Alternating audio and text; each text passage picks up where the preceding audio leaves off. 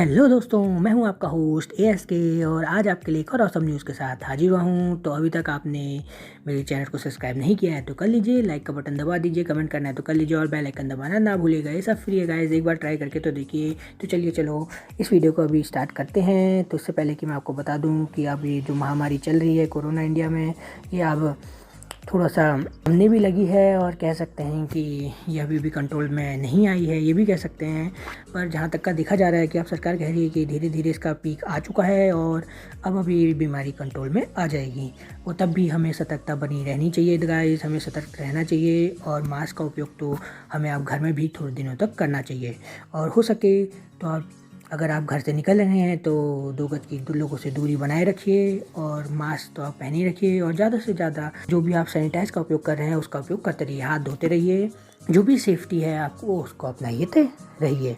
तो अब मैं आपको बता देता हूँ कि वैक्सीन भी अब जो शोरों में स्टार्ट हो रही है, तो अपना प्लीज़ जितनी हो सके, जितनी जल्दी हो सके अपने घर वालों को और अपने आसपास जितने भी दोस्तों को उनसे बोलिए कि वैक्सीनेशन करवा लीजिए। वैक्सीनेशन पूरी तरह से सेफ़ है।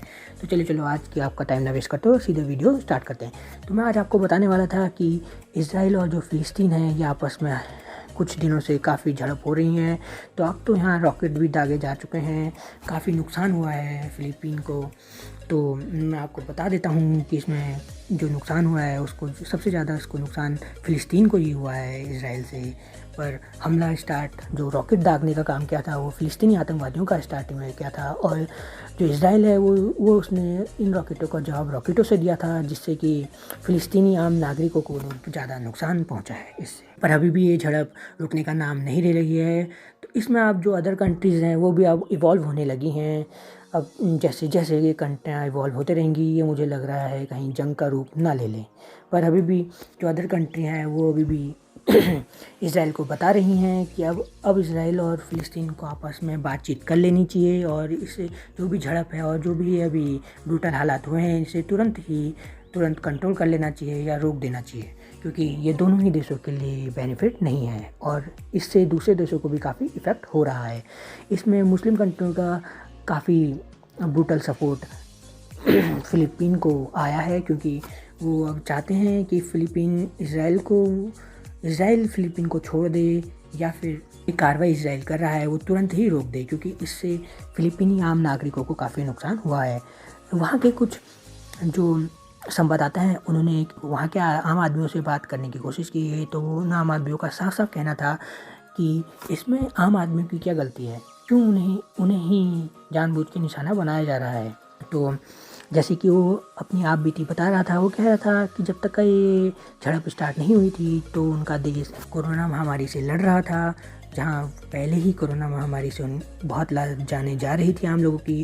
तो अब यहाँ जो झड़प और जो ये लड़ाई चल रही है इससे भी अब आम आदमियों की ज़िंदगी बहुत दूभर हो गई है फ़िलिस्तीन में रहने की। इसराइल का भी इसमें अब इसराइल के प्राइम मिनिस्टर का साफ कहना है कि अगर उनकी तरफ से ये रॉकेट दागना और ये झड़प ना रोकी गई तो इसके लिए सारी जिम्मेदारी फ़िलिस्तीन की ही होगी, क्योंकि ये जो भी कार्रवाई की जा रही है फ़िलिस्तीन के हमले और ये झड़प स्टार्ट फ़िलीपीन से ही हुआ था, इसलिए उन सारी जिम्मेदारी इसमें फ़िलीपीन को ही थोप रहा है इजराइल। तो इसमें ज़्यादातर तो अब इजराइल ने कार्रवाई देखने को मिल रही है, क्योंकि अब वो अपनी पैदल सेना को भी गाज़ा पट्टी की तरफ मोड़ दिया है, जहाँ से रॉकेट दागे गए थे 10 मई को। तो अब जानते हैं कि झड़प स्टार्ट क्यों हुई थी।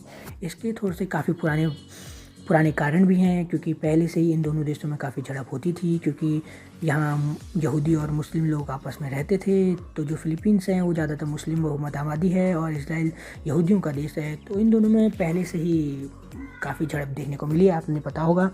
तो अब ये सबसे मुश्किल कारण जो आपको देखने को मिलेगा ये होगा, ये पूर्व जो इनका यरूशलेम है, ये दोनों के लिए पाक जगह है, काफ़ी अच्छी जगह है। उसी के किनारे एक शेख जहर करके जगह है, जहराना करके जगह है, वहाँ फ़िलीपीन नागरिक परिवार रहा करते थे।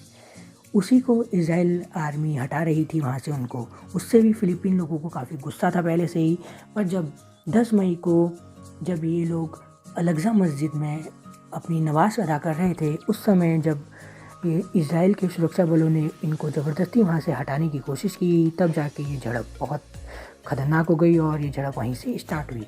पर इसके कारण काफ़ी पुराने देखे जा रहे हैं, पर अब जो भी है ये झड़प तो वहीं से स्टार्ट हुई और उसी के थोड़े घंटे बाद गाज़ा पट्टी से इन फ़िलिस्तीनी आतंकवादियों ने रॉकेट दागने स्टार्ट कर दिए। काफ़ी संख्या में रॉकेट दागे गए, जिससे कि इसराइल की डिफेंस ने तो उसे आधे से ज़्यादा रॉकेट वहीं तबाह कर दिए थे। पर कुछ रॉकेट इसराइल में गिरे, जिससे इसराइल को ज़्यादा तो नुकसान नहीं हुआ, पर उनके कुछ नागरिक मारे गए और कुछ घायल हो गए, जिसमें संख्या बताई जा रही है कि उनके 7 से 8 नागरिक मारे गए और 15 से 16 नागरिक घायल हो गए।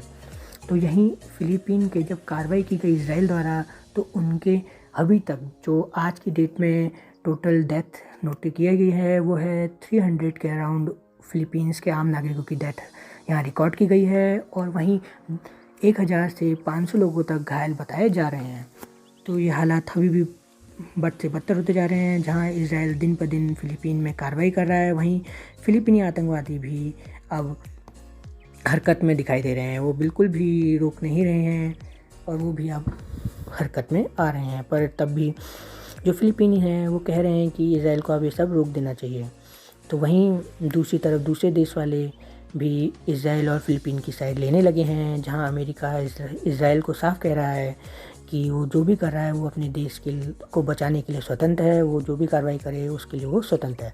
वहीं अलग अलग देश और अलग मुस्लिम कंट्रियां अब फ़िलीपीन का साथ देने लगी हैं, और जो बड़े बड़े मंच है वहाँ अब इसराइल और फ़िलीपीन की जो झड़प है उसके बारे में बातें चल रही है। ऐसे ही बयानबाजी कहीं मुझे लग रहा है कहीं ये युद्ध का रुख ना ले ले, क्योंकि अगर ऐसे ही देश इसराइल या फ़िलिस्तीन का साथ देने लगे तो ये छोटी छोटी झड़प कहीं बड़े युद्ध का चिंगारी ना जला दे।